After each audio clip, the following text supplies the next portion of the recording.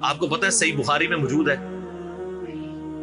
عروہ ابن زبیر حضرت ابو بکر کا نواسہ کہتا ہے کہ میں نے عبداللہ بن عمر بن عاص سے پوچھا کہ نبی علیہ السلام پہ جو کافروں نے مصیبتیں ڈھائی تھی ان میں سے کوئی مشکل وقت ہمیں بتائیں۔ احد کا وقت تو سب کو پتہ ہے، تو انہوں نے کہا مجھے وہ وقت یاد ہے کہ مکے کا دور تھا، تو عقبہ ابن ابی معیط جس نے ایک دفعہ نبی علیہ السلام کے، صحیح بخاری مسلم میں آتا ہے کہ کندھے پہ اوجڑی لا کے اونٹ کی رکھتی تھی، پھر سیدہ فاطمہ آئی انہوں نے ہٹائی، اس نے نبی علیہ السلام کے گردن میں ایک دفعہ چادر ڈالی، صحیح بخاری میں آتا ہے، اور اتنی زور سے کھینچی گلا دبایا، قریب تھا کہ آپ کی مبارک آنکھیں باہر نکلا تھا۔ تو اتنے میں سیدنا ابو بکر صدیق وہاں آئے اور انہوں نے اس کو مار کے ہٹایا اور قرآن کی وہ آیت پڑھی، کیا تم ایک شخص کو صرف اس لیے مار دینا چاہتے ہو کہ وہ کہتا ہے کہ میرا رب اللہ ہے؟ اور پھر اس کے بعد جو حضرت ابو بکر کی پٹائی ہوئی وہ الگ چیز ہے، لیکن وہ اس لیول کے اوپر اپنی جان نثار کرنے کے لیے تیار ہو جاتے تھے۔ غزوہ احد کے موقع پر صحیح بخاری میں آتا ہے کہ 12 بندے صرف نبی صلی اللہ علیہ وسلم کے ساتھ رہ گئے تھے 700 میں سے، اور ان 12 میں حضرت ابو بکر بھی شامل تھے، حضرت علی بھی تھے، حضرت عمر بھی تھے۔ اس وقت بھی کمٹمنٹ آپ دیکھ لیں، پیچھے نہیں بالکل ہٹے، ہر موقع پہ جہاں پہ قربانی کا موقع آیا پوری کمٹمنٹ کے ساتھ نبی صلی اللہ علیہ وآلہ وسلم کا ساتھ۔ حضرت عمر بن عاص کہتے ہیں بخاری اور مسلم دونوں میں، نبی علیہ السلام نے مجھے ایک لشکر روانہ کیا تو اس لشکر کا امیر بنایا، تو مجھے یہ زوم ہوا کہ میں حضور کا بڑا لاڈلا ہوں، تو میں نے کہا یا رسول اللہ صلی اللہ علیہ وسلم آپ کو لوگوں میں سب سے بڑھ کے محبوب کون ہے؟ تو فرمایا عائشہ سلام اللہ علیہ۔ تو میں نے کہا نہیں یا رسول اللہ میں مردوں میں پوچھ رہا ہوں، تو کہا اس کا باپ ابو بکر۔ پوچھا اس کے بعد، کہا عمر، اور پھر کہتے ہیں میں حضور سے پوچھتا گیا، آپ نام لیتے کہ میرا نام کوئی نہیں لیا، پھر میں خاموش ہو گیا کہیں میں ان بندوں میں شامل ہی نہ ہوں۔ صحیح بخاری میں آتا ہے عبداللہ بن عمر رضی اللہ تعالیٰ عنہما کہتے ہیں کہ ہم نبی علیہ السلام کی موجودگی میں یہ کہا کرتے تھے کہ رسول اللہ صلی اللہ علیہ وآلہ وسلم کے بعد سب سے افضل ابو بکر ہیں، اور پھر عمر ہے، اور پھر عثمان ہے، اور اس کے بعد ہم صحابہ میں تفریق نہیں کیا کرتے تھے کہ کون کس سے اوپر ہے، ان تینوں کے بعد۔ لیکن یہاں پہ میں ایک ٹیکنیکل مسئلہ آپ کو بتا دوں کہ جب کبھی بھی صحابہ میں فضیلت کی بات ہو رہی ہوتی ہے نا تو وہ ایکسکلوڈنگ اہل بیت ہوتا ہے، کیونکہ صحابہ کرام بھی اہل بیت کو ایک الگ سے آئیڈینٹی تصور کرتے تھے، اور محدثین بھی، ورنہ تو ظاہر ہے کہ صحیح بخاری میں ہے، مسلم میں بھی، کہ فاطمہ میرے جگر کا ٹکڑا ہے، جس نے فاطمہ کو تکلیف دی اس نے مجھے تکلیف دی۔ سیدنا ابو بکر بھی کبھی یہ جرت نہیں کریں گے کہ کہیں کہ میں رسول اللہ کو فاطمہ سے بڑھ کے محبوب ہوں، کبھی بھی نہیں یہ جرت کریں گے۔ اس کے الٹ آپ کو حدیثیں بخاری مسلم میں مل جائیں گی، وہ ٹاپک الگ ہے۔ میں آپ کو ایک شرعی مسئلہ سمجھا رہا ہوں، محدثین کے ہاں، صحابہ کے ہاں جب کبھی بھی صحابہ کی فضیلت کی بات ہو رہی ہوتی ہے تو وہ ادر دین اہل بیت ہوتا ہے، یعنی اگر یہ فضیلت کی بات ہو رہی ہے تو اس میں حضرت فاطمہ، حسن و حسین، حضرت علی شامل نہیں ہے، ان کا مقام وہ ہاں وہ الگ سے ہے، وہ کیٹیگری الگ ہے، وہ اہل بیت کی کیٹیگری میں فال کرتی ہے، اور یہ اہل بیت کی کیٹیگری اتنی سٹرونگ ہے، آپ حدیث کی کتابوں میں دیکھیں گے کہ صحابہ کرام کے فضائل پہ چیپٹر الگ ہے، اہل بیت پہ الگ ہے، اور امہات المومنین پہ الگ ہے۔ ایون امہات المومنین کو بھی اہل بیت سے الگ سے ذکر کیا جاتا ہے۔ اہل بیت کی ٹرم جو محدثین کے ہاں مانی جاتی ہے، اگرچہ امہات المومنین بھی اہل بیت ہے، لیکن وہ اسپیسیفکلی سیدنا علی، حسن حسین اور سیدہ فاطمہ کے، تو یہ میں آپ کو کیٹیگری بتا رہا ہوں۔ تو بہرحال یہ خود مولا علی علیہ السلام کے بارے میں صحیح بخاری میں آتا ہے، محمد ابن حنفیہ نامی ایک عورت سے حضرت علی کا بیٹا تھا، اس کا نام تھا محمد۔ حضرت فاطمہ کی زندگی میں تو حضرت علی نے دوسری شادی نہیں کی، وہ صحیح بخاری مسلم میں آتا ہے، نبی علیہ السلام نے ان کو منع کیا تھا، یہ ان کی خصوصیت تھی۔ بعد میں انہوں نے کچھ شادیاں کی، اس سے بھی اولاد ہوئی، جس میں حضرت سیدہ حنفیہ نامی ایک عورت تھی، ان سے ایک بیٹا تھا محمد ابن حنفیہ۔ صحیح بخاری میں آتا ہے حضرت ابو بکر کے فضائل کے چیپٹر میں کہ محمد ابن حنفیہ کہتا ہے کہ میں نے اپنے والد علی ابن ابی طالب سے پوچھا، ابا جان بتائیں رسول اللہ کے بعد اس امت میں سب سے افضل کون ہے؟ تو انہوں نے کہا ابو بکر۔ تو میں نے پوچھا اس کے بعد؟ فرمایا عمر۔ اور ان کا میں تیسری دفعہ میں نے سوچا کہ میں اگر پوچھا تو یہ عثمان کا نام لیں گے، تو میں نے کہا اس کے بعد تو آپ کا ہی نمبر ہوگا، لیکن وہ تو علی تھے نا، تو انہوں نے کہا کہ میں تو عام مسلمانوں میں سے ایک مسلمان۔ وَمَنْ أَحْسَنُ قَوْلًا مِّمَّنْ دَعَا إِلَى اللَّهِ وَعَمِلَ صَالِحًا وَقَالَ إِنَّنِي مِنَ الْمُسْلِمِينَ۔ اس سے بڑھ کر کس کی بات ہو سکتی ہے جو لوگوں کو اللہ کی طرف بلائے، خود بھی نیک اعمال کرے اور پھر بھی کہ میں عام مسلمانوں سے ایک مسلمان ہوں، میں بھی مسلمان ہی ہوں، بہت بڑا پیر فقیر یا کوئی اپنے آپ کو ایکسٹراڈنری نہ ماننا شروع کر۔ اس حدیث میں بھی سیدنا ابو بکر صدیق رضی اللہ تعالیٰ عنہ کی فضیلت کو خود مولا علی نے بیان کیا۔ پھر بخاری مسلم میں وہ جو حدیث ہے سقیفہ بنی ساعدہ والی، جو اختلاف ہوا تھا، اس میں آپ کو پتا ہے سیدنا علی نے بیعت نہیں کی تھی حضرت ابو بکر کی 6 مہینے تک، بخاری مسلم دونوں میں آتا ہے۔ پھر سیدہ فاطمہ بیمار ہو گئی، ان کی تیمارداری کرتے رہے، پھر سیدہ فاطمہ فوت ہو گئی۔ بخاری مسلم کے الفاظ ہیں، حضرت علی نے حضرت فاطمہ کی وفات کے بعد دیکھا کہ لوگوں کا رجحان ان سے کم ہونا شروع ہو گیا۔ جب تک حضرت فاطمہ زندہ تھی تو ظاہر ہے نبی اسلام کا ایک وہ معاملہ تھا، تو پھر انہوں نے حضرت ابو بکر کو پیغام بھیجا کہ آپ میرے گھر آئیں اور اپنے ساتھ کسی کو نہیں لے کے آنا۔ اس حدیث کو روایت سیدہ عائشہ کر رہی ہے اور حدیث بخاری میں بھی ہے، مسلم میں بھی۔ اور اما عائشہ کہتی ہیں کہ سیدنا علی کی ایک خواہش تھی کہ حضرت عمر نہ جائیں کیونکہ ان کے مزاج میں ذرا تیزی تھی، تو حضرت ابو بکر حضرت علی کے گھر جانے لگے تو حضرت عمر نے روک لیا، ان کا آپ کو میں اکیلے نہیں جانے دوں گا۔ ہائے ہائے، ابو بکر تو پھر ابو بکر ہے نا، انہوں نے کہا اللہ کی قسم نبی کے گھر والوں سے ہمیں کوئی شر کی امید نہیں ہے۔ ان کو تھا کہ بلا کے ایجنسیوں کے ہاتھوں گرفتاری نہ کروا دیں، آج کے دور میں بات کر۔ تو حضرت بکر اکیلے گئے۔ سیدنا علی نے حضرت بکر سے کہا کہ اللہ نے جو آپ کو ہم پہ فضیلت دی ہے اس امر خلافت میں، ہمیں آپ سے کوئی حسد نہیں، لیکن نبی الاسلام کی قربت کے ناطے اور آپ کے اہل بیت ہونے کے ناطے ہم یہ سمجھتے ہیں کہ ہمیں اس مشورے میں شامل کرنا چاہیے تھا۔ تو سیدنا ابوبکر نے رونا شروع کر دیا۔ رونے کا مطلب یہ تھا کہ انہوں نے اس چیز کو ایکسپٹ کیا کہ یہ ٹیکنیکلی مسئلہ مس ہینڈل ہوا ہے، لیکن وہ کیوں ہوا وہ میں نے پورا 3 گھنٹے کا لیکچر ریکارڈ کروایا، مسئلہ 55B، وصی رسول کون ہے اور حدیث قرطاس کا تحقیقی جائزہ۔ جب رونا شروع کیا تو سیدنا علی نے کہا کہ بس اب میں آپ کی اعلانیہ بیعت کروں گا، یہ ہے للہیت، ورنہ وہ کہتے کہ ابوبکر میں بیعت کرتا ہوں باہر جا کے بتا دینا، یہ کام ہوتا تو اکڑ والا ہوتا، لیکن وہ تو علی تھے، اکڑ تو دور دور تک نہیں تھی، زہد تھا، عاجزی تھی، اللہ کا تعارف تھا۔ کہا میں اعلانیہ بیعت کروں گا آپ کی۔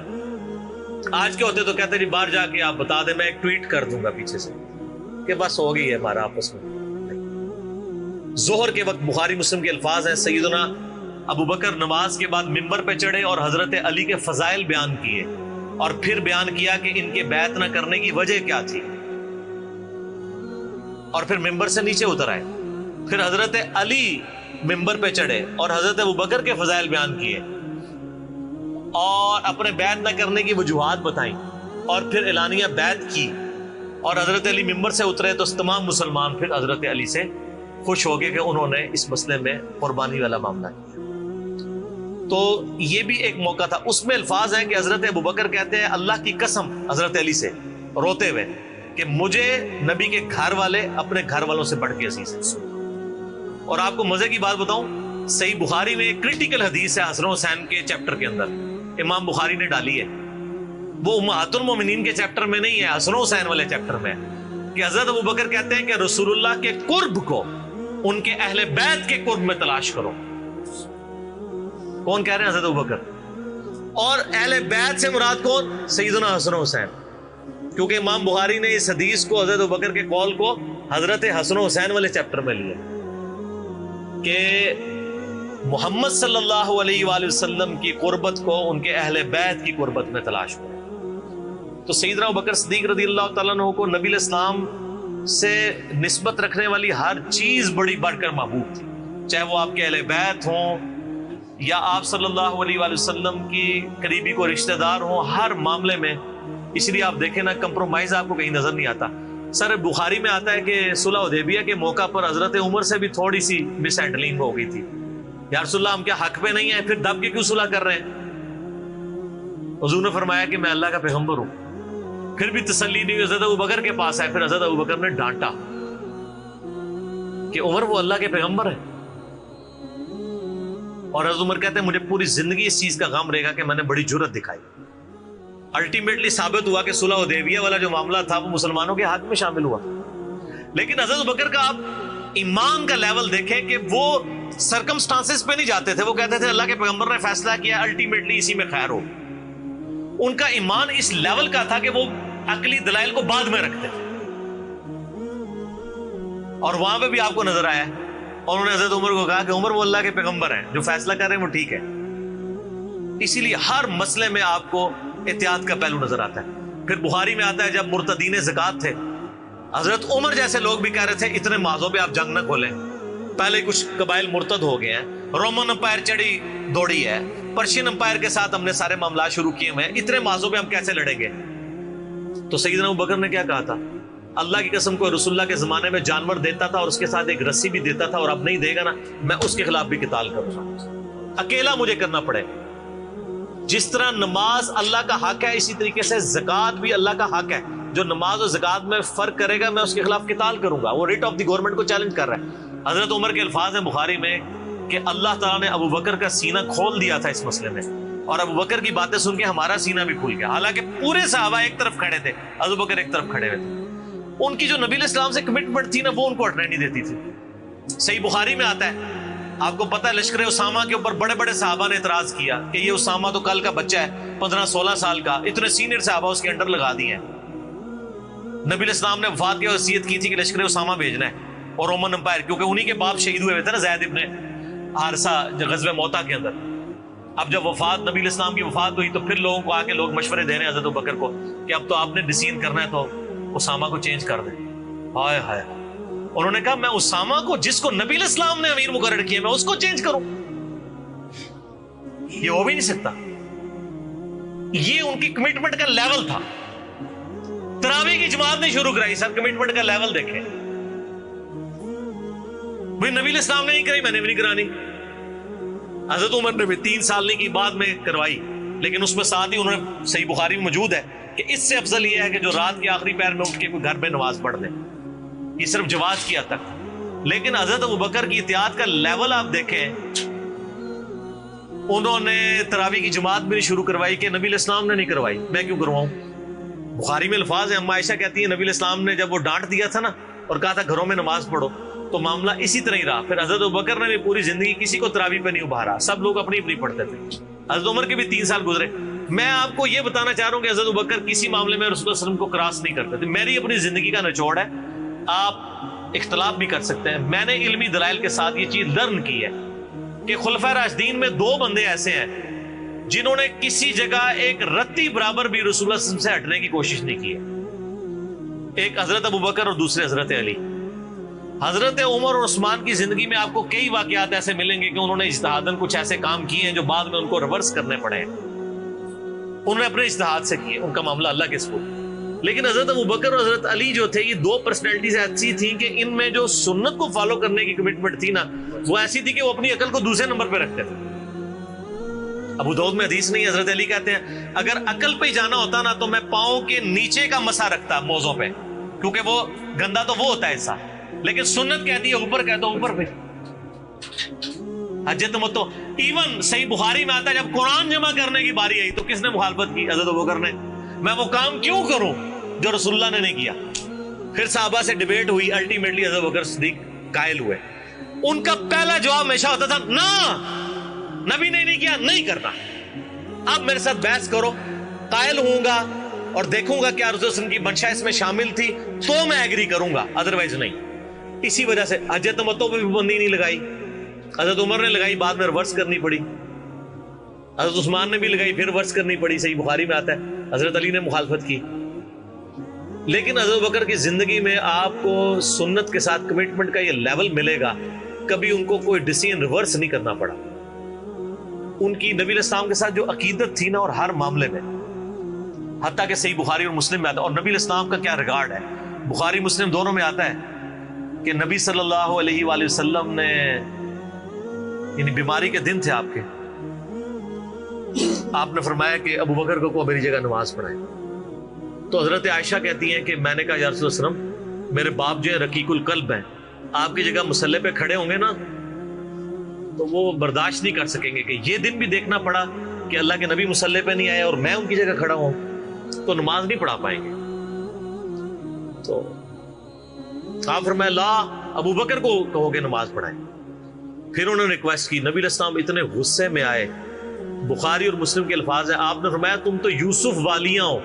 ہوئے ہوئے ہوئے، یوسف کو کس نے تنگ کیا تھا؟ زلیخا اور باقی عورتوں نے. کتنی نٹوریس مثال تھی اگر آپ کمپیئر کرنا شروع کریں. بالکل 100% بٹھائیں تو حضرت یوسف کو تنگ کیا نا، اپنی طرف مائل کرنا چاہتی تھی. یہاں پہ وہ والا نیگیٹو پہلو نہیں تھا، لیکن یہاں پہ نبی علیہ السلام نے اپنی بیویوں کو کیا کہا؟ تم بھی یوسف والیاں ہو. جس طرح ان عورتوں نے یوسف کو اپنی مرضی کے مطابق چلانے کی کوشش کی تھی، تو مجھے اپنی مرضی کے مطابق چلا رہی ہو. ابو بکر کو کہو کہ نماز پڑھے. اتنی کمٹمنٹ. پھر انہوں نے نماز پڑھائی.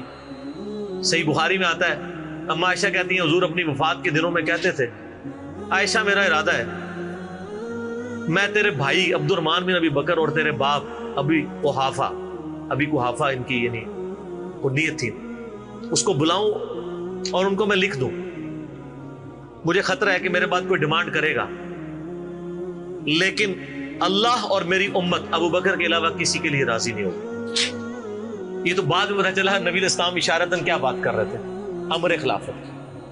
اس حدیث کے تحت میں نے 55B مسئلے میں بتایا کہ نبی علیہ السلام اگر اپنی زندگی میں کسی کو خلیفہ نامزد کرتے تو حضرت ابوبکر کو کر کے جاتے، کیونکہ نبی علیہ السلام بادشاہ نہیں تھے، اللہ کے پیغمبر تھے. آپ اپنے خاندان میں کبھی بھی یہ معاملہ نہیں کر سکتے تھے، اور یہ بات صحابہ کرام کو پتہ تھی. لیکن جب اللہ نے آپ کو گارنٹی دی کہ اللہ اور میری امت ابو بکر کے علاوہ کسی پہ راضی نہیں ہوگی، تو پھر نبی علیہ السلام نے اس مسئلے کو ان اٹینڈڈ چھوڑ دیا. بخاری میں ہی آتا ہے، ایک عورت حضور کے پاس آئی اور کہا یا رسول اللہ آپ فوت ہو جائیں اور میں اس کے بعد آؤں اور آپ کو نہ پاؤں، تو فرمایا ابو بکر سے مل لینا میرے بعد. تو اشارے تو کافی آپ نے چھوڑے ہوئے تھے اس حوالے سے. صحیح بخاری مسلم میں حدیث ہے، نبی علیہ السلام ایک باغ میں بیٹھے تھے، ابو موسیٰ اشعری کہتے ہیں دروازے پہ دستک ہوئی، آپ فرمایا جو کوئی بھی ہے اسے جنت کی بشارت دے دو. کہا دروازہ کھولا سیدنا ابو بکر. میں نے کہا رسول اللہ صلی اللہ علیہ وسلم نے جنت کی بشارت دی. تو انہوں نے کہا کہ تکبیر بلند کی اور اللہ کا شکر ادا کیا، اللہ اکبر کبیرہ والحمدللہ کثیرہ. نبی علیہ السلام کنویں کی منڈیر پہ بیٹھے ہوئے تھے، آپ نے ابو بکر کو اپنی دائیں جانب بٹھا لیا ٹانگیں لٹکا کے. وہ جو پرانے زمانے میں بڑے کنویں ہوتے تھے نا، وہ چھوٹی سی دیوار باہر نکلی ہوئی ہوتی. پھر تھوڑی دیر بعد دستک ہوئی، آپ فرمایا اب بھی جو آتا ہے جنت کی بشارت دے دو. دروازہ کھولا سیدنا عمر، ان کو بشارت دی. انہوں نے بھی پھر اللہ کی حمد اور تکبیر بلند کی. پھر تیسری دفعہ دستک ہوئی، فرمایا اب جو کوئی ہے اسے جنت کی بشارت دو، لیکن ان مصیبتوں اور پریشانیوں کے ساتھ جو اسے آئیں گی. دروازہ کھولا تو سیدنا عثمان تھے. انہوں نے اللہ کی حمد بیان کی اور کہا میں اللہ کی پناہ میں آتا ہوں ان فتنوں سے اور پریشانیوں سے جسے مجھے اس کا سامنا کرنا. حضرت عمر کو حضور نے بائیں جانب بٹھا لیا. اب دائیں اور بائیں جگہ ختم ہو گئی تھی، تو حضرت عثمان سامنے آ کے بیٹھ گئے. راوی کہتے ہیں کہ میں نے اس سے یہ رزلٹ نکالا ہے کہ ابو بکر و عمر رسول اللہ کے ساتھ دفن ہوں گے اور حضرت عثمان کی قبر رسول اللہ کے سامنے بنے. سر آج بھی میں حضرت عثمان غنی کی قبر مبارک پہ کئی دفعہ حاضر ہوا ہوں، ایگزیکٹ روضہ شریف کی سیدھ میں قدموں کی جانب، اور ابو بکر عمر ساتھ ہیں.